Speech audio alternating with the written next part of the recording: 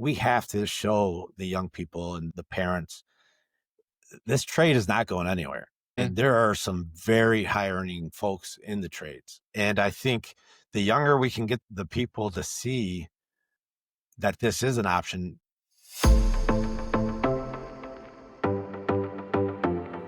You're listening to Titans of the Trades. I'm your host, Ryan England, author of Hire Better People Faster and creator of the CoreFit hiring system, a proven process to help growing companies attract and retain only the best.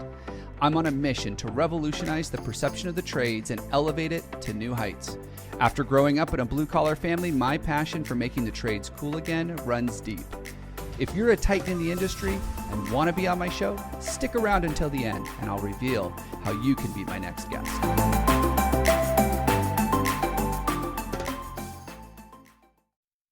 Welcome back to another episode, Titans of the Trades. I am your host, Ryan England.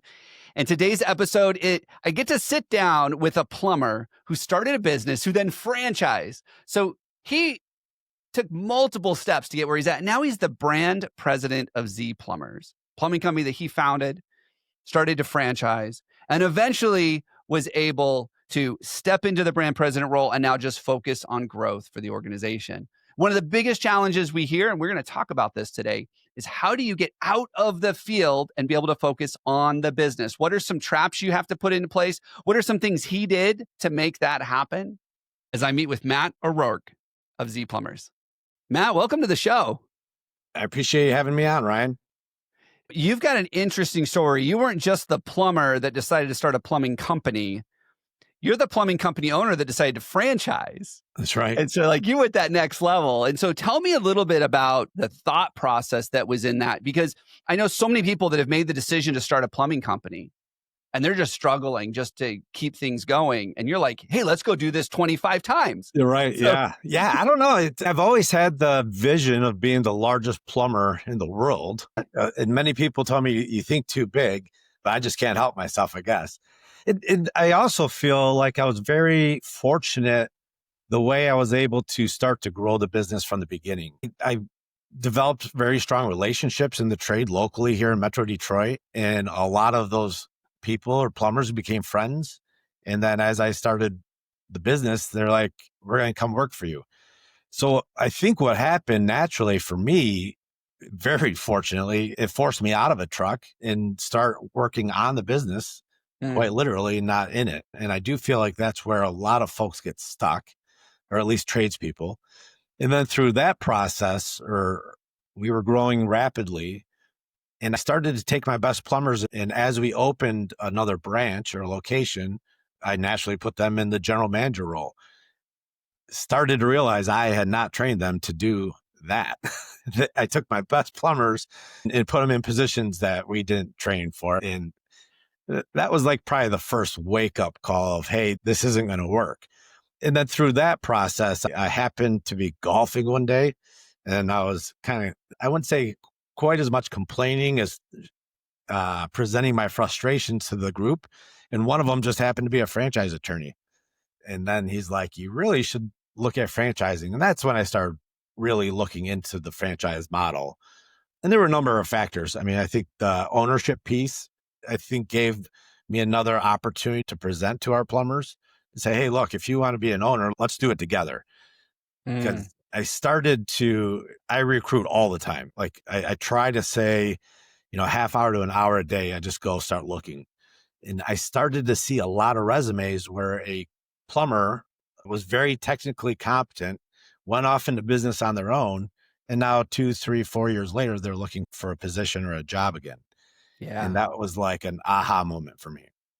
Yeah. A couple of things you said in there, the hour a day, always be recruiting, always have that mindset. And I love what you said too. I run into a lot of service contractors that are afraid to hire the technician that had his own company for a whole bunch of reasons we don't have to get into. Right. But you saw it as opportunity and said, hey, let me show you how you can run a part of my company within the bigger company, still have some of that freedom, still have some of that luxury, but you can actually be in a truck. You can do the things. Because it's really easy to take the technician out of the field, but it's really hard to take the field out of the technician, right? And that's where our passion lies. We're mechanical aptitude. We're problem solvers. At the end of the day, that's most of us we entered the trades to do that type of work. It wasn't to do the marketing or answering the phones or any of that other stuff. Yeah. You know, Well, you said something too that I want to dig into a little bit that I thought was very interesting. A lot of people struggle to work on the business. They believe that some of the activities they're doing are working on the business, but the second a fire comes up or a phone rings or a text comes through, they're right back in the truck, right back in the field. And what I heard you say was that the way the business was growing, you had no choice but to work on the business. It's almost like you trapped yourself by making these key hires and these decisions to say, somebody's got to work on the business. And there's enough people working in the business that it has to be me. that's Tell me right. a little bit more about what happened there. Yeah, I was very fortunate to have a team that for a number of years. And when I opened the business, this is back really before as internet and websites and the transition from yellow pages was going to online digital marketing. But I started the business in April of '08. I missed the window for the yellow pages. Well, that was the way to market back then, right? Our Well, that's marketing good because you would not been at the front. exactly, right. Oh, you just got to pay more and then you Yeah. can buy it closer. But I think that was the first time I realized, I hate to say the word lazy marketing strategy that plumbers have, but I think in some reality, it's true. You meet with that sales agent one time a year, you renew your yellow page subscription or marketing, and then that's your marketing. Well, because I missed that window, I had to go join associations, go to networking groups, pick up every single breadcrumb or customer that I could, make sure I answered the phone, make sure I started kind of play a game where if I couldn't get to someone's home or dispatch somebody within 2 hours, I needed to add another plumber. And I Mm. knew by doing that, I was going to be able to start capturing customers that may have had a plumber that they used for a long time. And then that got us into some bigger property managers and some bigger companies and just created a ton of opportunity. And then that just snowballed very quickly because I do feel plumbing, it's a neighborhood type atmosphere, right? Who do you know? If most people can't name a plumber. So I was really just trying to get out there in the community and play our part in it because I'm very passionate about the trade. I think Yeah. plumbers, we bring clean water coming in and we take the dirty water coming out. And that really hit home to me. Working on the business, I enjoyed it. I did go to business school. So I knew I wanted to own my own business from an early age. I wouldn't say I was a business savant by no stretch of the imagination, but really I try to keep it simple, right? I mean, you have a homeowner, consumer that has a plumbing problem and we have plumbers that can fix it. And at the end of the day, just make that connection as fast as possible. Mm. It's interesting when you said that plumbers, we bring clean water in and we get rid of the dirty water. It's so interesting because I've shared with you that I don't believe we have a labor shortage in the trades. I think we have a marketing problem in the trades, and plumbers always get the bad rap. Like, you are the grossest of the gross. Nobody wants a plumber in their house. And I don't know what the percentage is, and it doesn't really matter, but I'm sure you do a lot more clean water stuff than you do wastewater stuff. Oh, Like, for sure. Yeah. we always focus on the gross You stuff. are 100% right in the fact that really the plumbers aren't hard to find. And yes, we are going to be having a shortage of plumbers, but I took it a step further and thought plumbing is one of the trades that you age out. Right. I'm 47 today. I can't do what I did at 20 and 30. Back when I got into the trades, it was college, college, college. And look, I'm college educated. I'm all for education. Plumbers are some of the smartest people in math and science you'll ever meet. Yeah. They may not know it, but they do. Sure. But I think you had great grandfather, grandfather, father, son, and that's how the trades all were. And in the 80s, 90s, that broke. And now you can't train and communicate the way they used to communicate to their 13-year-old kid getting into the trades. So the way we have to train and inspire young people to get into the trades and then how they advance through, that's changed a lot. Yeah. Yeah. No, I think there's so much opportunity for that next generation, like to bring them in. And we're doing the same thing we did 30 years ago to bring the next generation in. And the world's changed. And I don't think that we've really caught on to the world's changing. One of the things that I talk a lot about lately is with this marketing idea, we have to start talking stop talking about dirty jobs. Right? Sorry, Mike. But I mean, when you call your show Dirty Jobs, that's great for selling shows. But for all the kids and parents watching that going, that's plumbing. I don't want my kid to be a plumber. That's a dirty job. Like, there's a negative to that. Well, and your perception, right? Butt cracks and oh yeah. Well, one of the things I always talk about. So when I used to live in Arizona, one of the plumbing companies there, their tagline was "the smell good plumber." Yeah, actually, and I'm like, so you're implying all plumbers smell except for you? I don't think it's a plumber problem. I think it's a person problem. Yeah, right? It's a person problem. But they poke fun at the industry because that helps them sell plumbing services. But you just hurt the whole rest of the industry. And then we're so focused on the next generation by getting into the schools, which I still think is a great idea. But where's that next generation spend the majority of their time? On TikTok. That's right. Why don't we have better marketing on TikTok? And this is for everybody, right? Like, we can't just say, oh, I'm doing TikTok. No, the whole industry has to embrace this because that's what the kids are. And then the other thing I think that we're missing too is those parents have a lot of influence on whether those kids go to college. And we're completely disregarding the parents. Yeah. Going back to your marketing, the Yellow Pages piece, I found this job, and I'll say job because most people see it as a job, not a career, unfortunately. But it was answering a classified ad in the newspaper.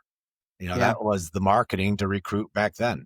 And so now, if you think of that Yellow Page to get market to the consumer and the newspaper to market to the plumber, what are we doing today? You got a Google pay-per-click.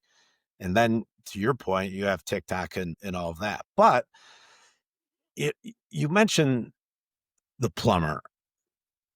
Historically speaking, not all of them. There's great operators out there, but there's also a lot that see other plumbing companies as competition. And I feel that's completely the wrong way to look at it. There is so much opportunity out there. Every single dwelling property has plumbing.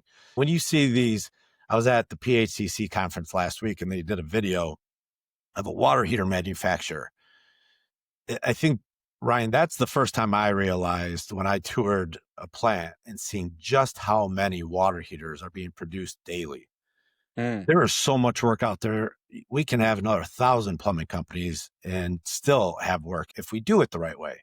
Yeah. In, the young people in today's world, I'm very fortunate. My 18-year-old daughter, who is this little tiny thing, she started about 4 weeks ago with us, and I've got a nephew in.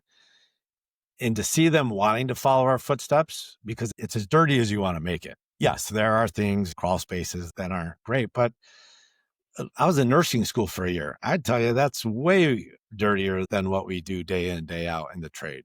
But that, to your point, it's the perception, and we have to change that. And I do think if anything good came out of the COVID situation, it was people now looking at the trades as an essential. The stat that I last heard was almost 500,000 plumbers are going to be needed by 2030 in the US. Almost 500,000, which is pretty darn close to how many plumbers we have in the US today. Because there's that many retiring and there's that much need for. The ones that want to retire can't because they haven't really developed a business to sell, unfortunately. They didn't realize the last 30 years the equity that they're building because they didn't treat it as a business. Again, it was a job. And I meet those people.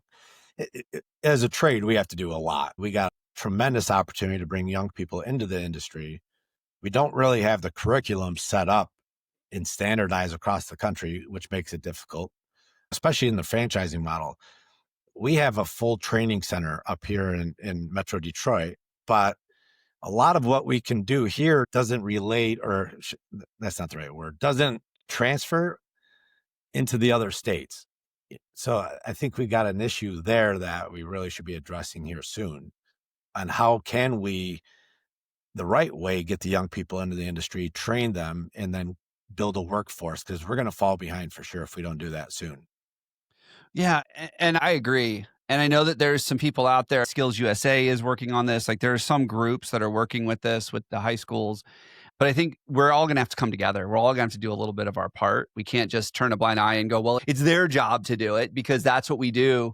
I think one of the biggest challenges we're going to have is training this next generation, because it used to be 30, 40, 50 years ago, you went and you joined the union. and the Right. union put you through their apprenticeship program. You learned the trade. And then if you wanted to go work for an open shop later, you did that. If you wanted to go open your own later, you did that. Now the unions don't have the capacity to train the next generation. Mm-mm. And so if you're in the private sector right now, you have to be ready to own this. A That's right. full apprenticeship program, taking a brand new kid in who is going to be a helper and turn them into a licensed plumber inside of 2 to 4 years, whatever the requirements are. And you're going to have to be a part of that solution if we're going And to solve that problem. that's probably the best advice I can give anybody who's either in business or looking to get into business. You have to develop that and as quickly as possible, because doing that today, before you know it in 2 and 3 years, now your business will almost double in size and then triple in size. And building that foundation and that, you know, just that training curriculum, I guess, that's the way to really grow these. Because the whole phrase, you can't teach new draw or old dog new tricks. The trades, you can get stuck. Let's say I'm a plumber. I start my own business and I'm the plumber in the truck, or the chuck in the truck. You'll hear it. And then I hire somebody to fill that passenger seat. Whoever's sitting in that passenger seat, at least at the beginning, that's got to be your next truck. And if that's an apprentice, that's going to take 3 or 4 years to develop. One, you got to make sure you pick the right one that's actually going to be able to do that. Or you need to find somebody that is going to be able to be trained in a short order to add that second truck and then that third truck, because you're going to get stuck spinning your wheels until you get 3, 4, 5 trucks. Well, and I think the important thing with that is if you do put a second person in a truck, you do put a helper, you have to invest in that person. One of the complaints I hear all the time is, oh, I can't keep my helpers. Well, are the helpers growing or are they just helping all the time? Because if they're just helping all the time, they're going to jump ship to find somebody who will train them to be a plumber because that's what they want to do. Or Yeah, they that's decide right. the trade's not for them. And we've all But experienced that. yeah, Especially the young people today, they want to make $18, $19, $20 an hour. I started at $8 an hour as an apprentice. You know, it sure. doesn't, that learning experience comes with a price, and we have to absorb it as contractors, right? Yeah. So again, you want to plan, maybe that first person you hire is somebody who's more experienced, not truly a young apprentice, because when you get to 3 trucks, now you can generate enough revenue to absorb that education or that cost and do it the right way with the time. Yeah. To your It's so point. interesting that you said that because I know guys that have 7, 8, 10 trucks on the road and they don't know that they can absorb the cost of training. For them, they're like, I can't do it with 10 trucks. Matt, how'd you do it with 3? Right? Like that mindset is out there that I have to be big. I have to be a big shop. I have to have 30 trucks on the road. I've got to have a big team. I got to be doing 10 million, 20 million in revenue before I can afford that stuff. In reality, they cannot not afford to do it at 3 trucks. Yeah. But that's where I think taking advantage of emergency or overtime work, on-call schedules, we developed a training platform. Within 3 to 6 months, they can start clearing drains, the things that plumbers don't want to do. Yeah. You know, Yeah. you have to figure out or plan, how can you generate enough revenue with that young person to offset the cost of that training. That happens right away. You can't afford not to have that happening, because, you know, what I've always tried to do is find the plumber looking to retire and then pairing them up with a young person and getting as much experience as you can out of that, the 30, 40, 50 years of experience in that plumber's head, and like just bleed it out into the young people every time. Just talk through them experiences. But look, it comes project management. You know, you're breaking up a floor. You don't need the 60-year-old plumber running the jackhammer. Use the young people and figure out ways like that to generate the revenue and spread that out. You know, and that will help pay for that. So you've already given us a ton of tips and some ideas and definitely challenged some thinking. What's one thing that you would say was critical in you being able to really get out of the business? Like, what is something that you did? I know you franchised it, which means you had to do a lot of things to get ready for that, creating all your systems and processes. But was there a mindset shift, or was there a process that you had to put in place that you're like, you know what? That was like the first domino. If that hadn't happened, I would have never been able to get out. Yeah. You definitely have to prioritize and time manage. Every morning I was the first one there and I spent an hour.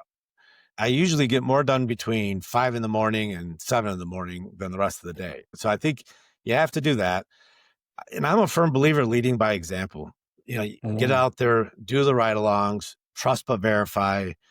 I think that just goes so far into building a team. We always talk about communication. It's hard to do via email, even phone calls, but in real life, in person, helping the plumbers, taking them to lunch. Sometimes it was just speaking to the customer while they're working so they can get done quicker. But that definitely fostered a culture that I think continued to grow. And again, it doesn't happen overnight. And I feel like I was just able to do that early on. And then by year 2, by year 3, before you know it, we were up to 40 trucks. And I didn't worry about myself. I worried about everybody else. And I can't express how much that matters. I do see that. Maybe it's just the people we talk to, but definitely the people we talk to, we see that they often have just this heart for their people and they're willing to sacrifice and do what it takes. But I love what you said was really leading by example and building that culture. That culture is everything in my mind. If you don't have the right culture, all the rest stuff doesn't matter because you're going to get pulled in to put out fires. No one's going to think like you do. They're not going to act like you do. They're not going to make decisions like you do. There's so much that will not happen if you don't have that solid culture and you haven't set that example with your team. It is so important. Some people think it's cliche, but at the end of the day, the plumbers are coming to work for you. They're leaving behind their friends and their family. They're leaving behind the things they do for fun. They're leaving behind their personal life. Most people do not live just to work. They work so they can live. And I think a lot of times in the trades, we've flipped it and we're like, no, the reason they exist is to do this work for me. Yeah, that's not why they exist. They exist to do the things at home. Right. You happen to provide a means to that end. And the hardest part about plumbers, in my mind, they're everything for us. Our revenue comes from that person, their minds, their skill set, their hard work, their physical and mental work. And I am that person. So everything that I always have done in business was because of the plumber and the customer. I feel like... But I still think plumbing has a bad rap. I still think that people are like, plumbers are gross and they're dirty. And then we go too far, to your point with the good smelling or the white shirts. How uncomfortable is it for a plumber to show up to someone's door in a pressed white button-up shirt, and then that homeowner says, well, you don't look like a plumber. Yeah. It's immediately uncomfortable, right? Yeah. So you can look good and charismatic and professional without having to go overboard, and vice versa. And plumbers are plumbers. So it's an old trade, right? It's one of the oldest trades in history, and we're still trying to figure it out. Well, and some people would even argue it's one of the most critical to modern living. And I didn't know this till I was deeply involved in the trades. But I mean, when you have natural disasters, it's not the lack of electricity that usually starts making people sick and killing people. It's the lack of fresh water and clean water, and it's all of those things, which water is all toilet plumbing. Paper, right? The first thing that goes in stores is water and toilet paper. I don't get the toilet paper one, but the water. But yeah, plumbing is so critical to our modern living. And I just don't think we give the value or the credit to the plumbers and what they do and how well they keep our lives running. It's an amazing trade and one that I think people should be proud of. And like you said, there is a shelf life to plumbers. There's a point where your knees aren't going to work the way they did and your back isn't going to work and you're not going to be able to squeeze into those spots you used to squeeze into. Right. But I think that there's enough room for those guys that really love the trade to move into leadership as long as we have the support for them to say, hey, you're in your late 40s, your early 50s. The body's not what it used to be. Hey, have you thought about training? Have you thought about becoming a supervisor or a project manager? Or heck, we could use a new estimator. Do you know how many trades need estimators right now? Like, oh my gosh. But nobody wants to train the estimator. It's unbelievable. It's unbelievable. And going back in my career when I was in college, I did a short stint in multi-level marketing where I was selling long distance. Probably a lot of your listeners don't even know that you said to pay for long distance. Yeah. But you hear the pyramid scheme, and I think everything in life, if you look at government, if you look at business, I mean, it's all that pyramid, right? And the stronger your foundation is and the more you can develop those folks, everyone naturally just is able to advance in their career. And I think that's the biggest or largest thing as tradespeople, like the dirty jobs. We got to really instill that mindset. This is a career. And once you get the license and you get the knowledge, whether it's marketing or accounting or HR, once you have that fundamental foundation of the trade, you can go many different ways and be very, very, very successful. And sky's the limit, truly. You just have to be open-minded to it and never stop educating. I get so frustrated when I hear, the college degree. We need education, constant education. Maybe it doesn't need to be a 4-year certificate or a piece of paper, but I feel very strongly that we need to do better at developing schools or allowing people to continue to take classes to learn, not necessarily for a 4-year degree, just to continue to advance. Mm-hmm. Well, and I think it's very interesting. I agree with you 100%. We still need the education. We need the continued learning. It's how we're going to improve our careers. If we want people to give up the college education and come into the trades, we have to be willing to invest in their training and their education in the trades. It's the number one thing Gen Z wants from an employer right now is training. They want mentoring. They want these things. And so if you are thinking, hey, it's really hard for me to get the next generation involved in the trades, then really what the problem is it's not the generation. It's the fact that we're not there to support them in what they need and what they want. That's right. That's how we're going to attract them. That's how we will keep them in this industry. And we won't have the problem we have in 10 years if we solve it. If we start thinking, okay, they're giving up a college education, we need to educate them here.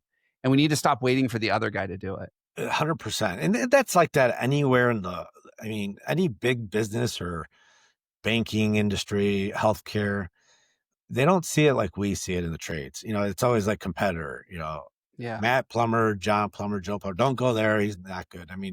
We have to get rid of that and really bound together and tackle this. And I think marketing, Ryan, you're spot on. The message has to be different. We have to show the young people and the parents, this trade is not going anywhere. And there are some very high earning folks in the trades. So it's definitely a good option. And I think the younger we can get the people to see that this is an option, now we'll be able to start getting more voices to be able to help the curriculum. And that's one of the things, like I put together a competency table and married it with an online library of training courses. Not so we have to pull everybody in every Friday morning at 7 a.m. for a meeting or a training, but really to give personal responsibility to those folks that are on the team to continue to learn after hours or on their own time. Yeah. And some of them take advantage of it.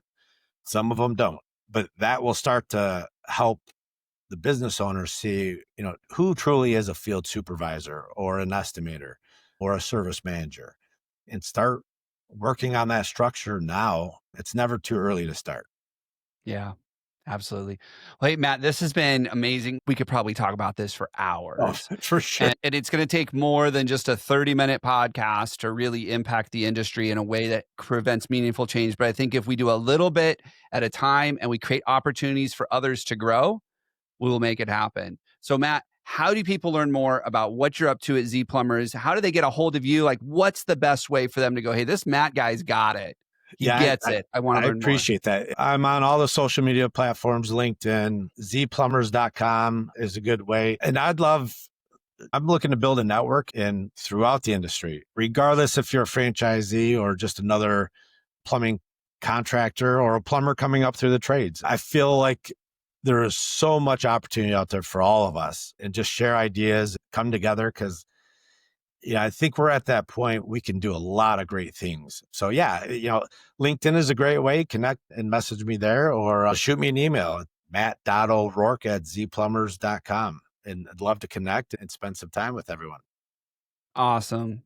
Matt, thank you so much for being on the show. It's been amazing. I've enjoyed our conversation, and I cannot wait to see what you're up to next. Sounds great. Appreciate the invite, Ryan.